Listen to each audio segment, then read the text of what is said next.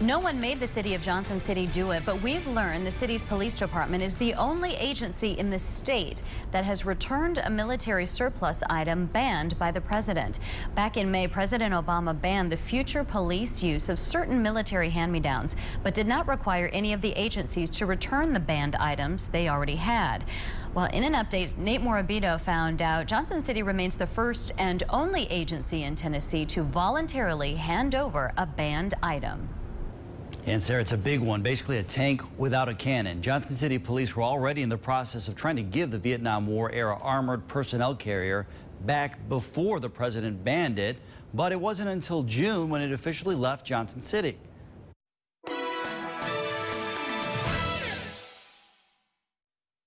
For 12 years, this armored personnel carrier, or APC, collected dust inside a Johnson City Police Department garage. Unused, but available if needed. A military surplus item some worried had a substantial risk of misuse or overuse. So the president banned it and a handful of other items back in May. Militarized gear can sometimes give people a feeling like there's an occupying force as opposed to a force that's part of the community that's protecting them and serving them.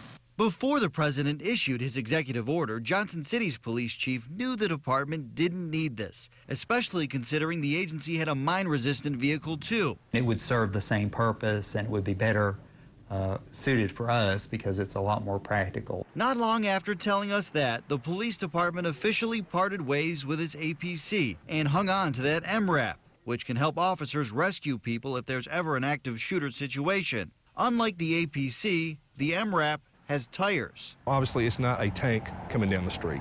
According to public records, Johnson City was one of 11 Tennessee agencies, including 2 others in our region, that had an APC back in 2014. The state reports those other 10 still have their track vehicles. There's no need to obtain equipment that just sits around.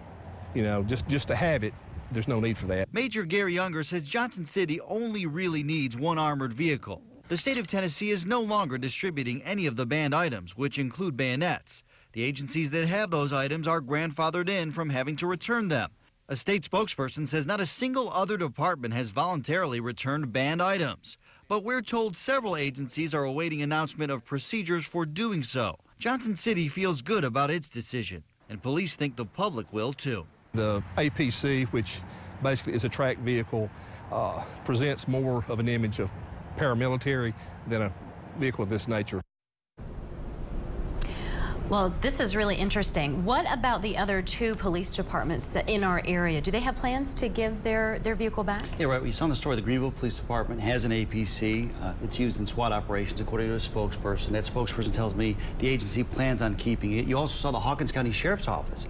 It has an APC. It also has an MRAP, which Johnson City now has. Sheriff Ronnie Austin tells me he's keeping both, since one could be mechanically down when there's an emergency.